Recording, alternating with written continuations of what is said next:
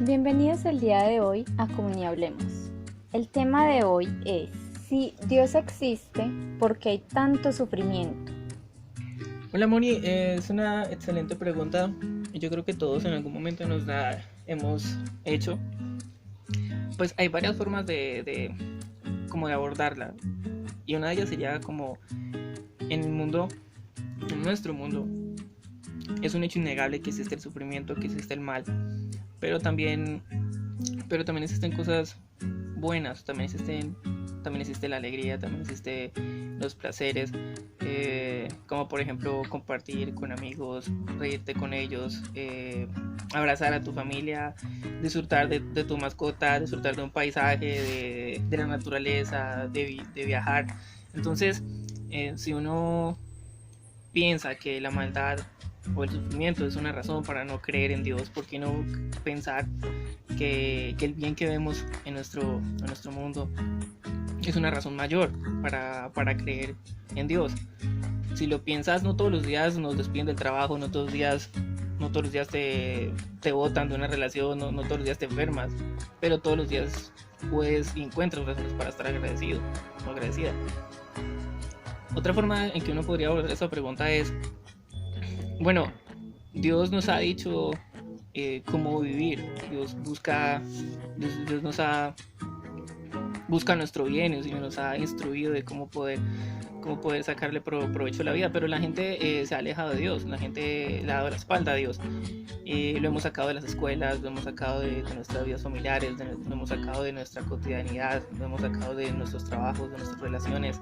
Entonces es muy curioso cómo la gente se queja por el sufrimiento, manda a Dios, le da la espalda, o sea, manda a Dios a la basura y luego se queja porque el mundo está en vía de destrucción. ¿Cómo esperamos la bendición de Dios si le hemos dicho con nuestras acciones que se aleje de nosotros?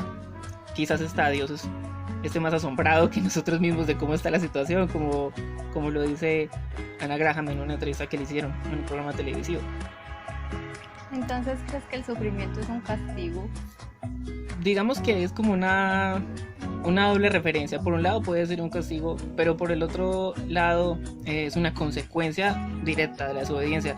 Es más, si nos vamos a la Biblia, cuando Dios creó el mundo y puso a Adán y Eva, ¿cierto?, en el jardín y todo esto, el mal no existía.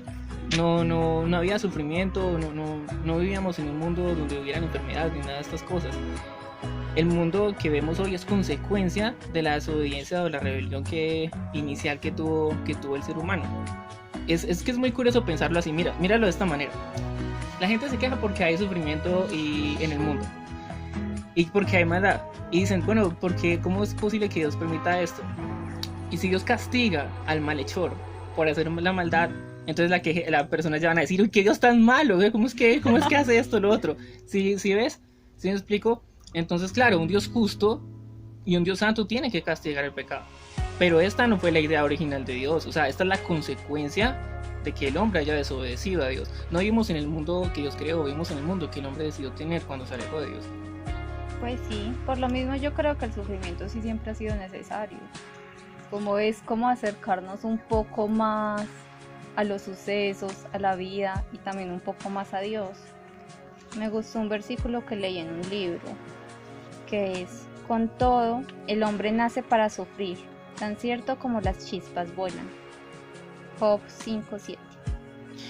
Sabes que es muy, muy, muy teso, muy cierto lo que dices, porque eso es otra cosa que podríamos pensar. No todo sufrimiento es malo. O sea, cuando el cuerpo humano le duele algo, normalmente es síntoma de algo peor. Y tú vas al médico y luego te descubren o te diagnostican algo que lo hacen a tiempo porque te dolió algo, ¿cierto? Tenías un dolor. Y ese dolor se convirtió en un aviso de algo que te salvó. Y lo que tú decías es muy importante. ¿Qué es el sufrimiento que nos acerca a Dios? O sea, eso es uno de los propósitos por los cuales sufrimos. Cuando nosotros sufrimos y reflexionamos de nuestras acciones, de las cosas que lamentamos que hemos hecho mal, nos convertimos en mejores personas. Y Dios utiliza entonces el sufrimiento para moldear nuestro carácter.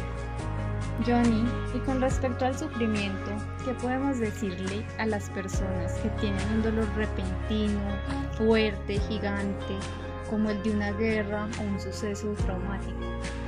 La realidad es que aunque no sabemos, o sea, no siempre vamos a saber por qué estamos viviendo lo que vivimos, porque Dios permite las circunstancias que estamos pasando. Nos gustaría tener siempre un ABC, nos gustaría siempre tener la respuesta para todo, pero la realidad es que a veces no la tenemos.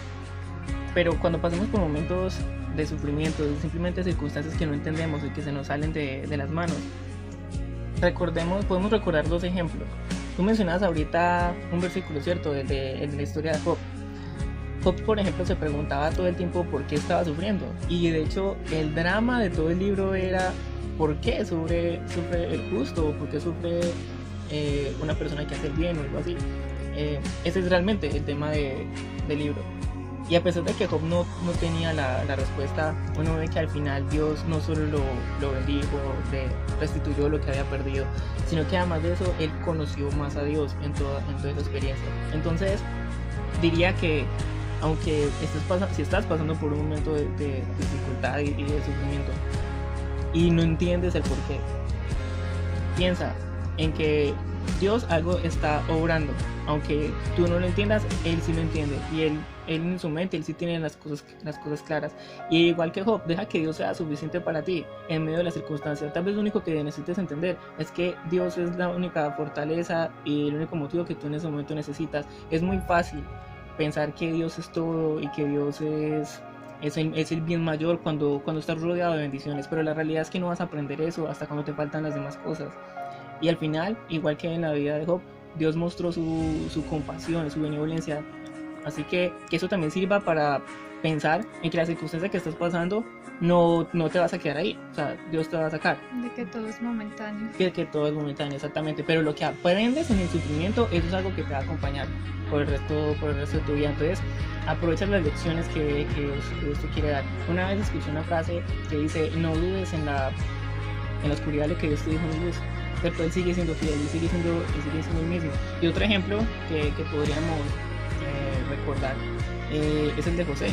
José fue un hombre que Dios le dio sueños, que Dios le dio ilusión, y sin embargo fue vendido por sus hermanos. ¿Crees que José nunca se llegó a preguntar cuando estaba en la cárcel qué había pasado con los sueños que Dios le había dado? En especial porque terminó en la cárcel por precisamente serle fiel a Dios. Uno pensaría que eso no tiene mucho sentido, así como muchos de los sufrimientos que a veces llegan a nuestra vida y uno se pregunta: pero Dios, ¿por qué permite esto? Esto no parece que tenga sentido.